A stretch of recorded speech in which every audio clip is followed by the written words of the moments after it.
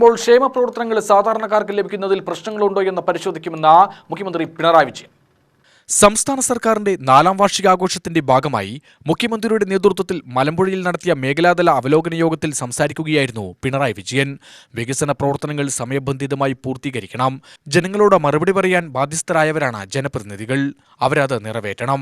സർക്കാരിന്റെ കാലാവധി പൂർത്തീകരിക്കാൻ പോവുകയാണെന്നും മുഖ്യമന്ത്രി പറഞ്ഞു. ചില പദ്ധതികൾക്ക് തടസ്സങ്ങളുണ്ട്. അതൊക്കെ പരിഹരിക്കപ്പെടും. വികസന പ്രവർത്തനങ്ങൾ ഏറ്റവും വേഗത്തിൽ നടപ്പിലാക്കും. ഭരണരംഗം കൂടുതൽ ജനകീയവും ഊർജ്ജസ്വലവുമാക്കലാണ് സർക്കാരിന്റെ ലക്ഷ്യമെന്നും പിണറായി വിജയൻ പറഞ്ഞു. 1036 വിഷയങ്ങൾ ഇപ്പോൾ കണ്ടെത്തിയിട്ടുണ്ട്. ഇതിൽ 201 തീരുമാനം കൈക്കൊള്ളാനായി. 124 വിഷയങ്ങളിൽ വൈകാതെ തീരുമാനത്തിലേക്ക് എത്താനില്ല. 2023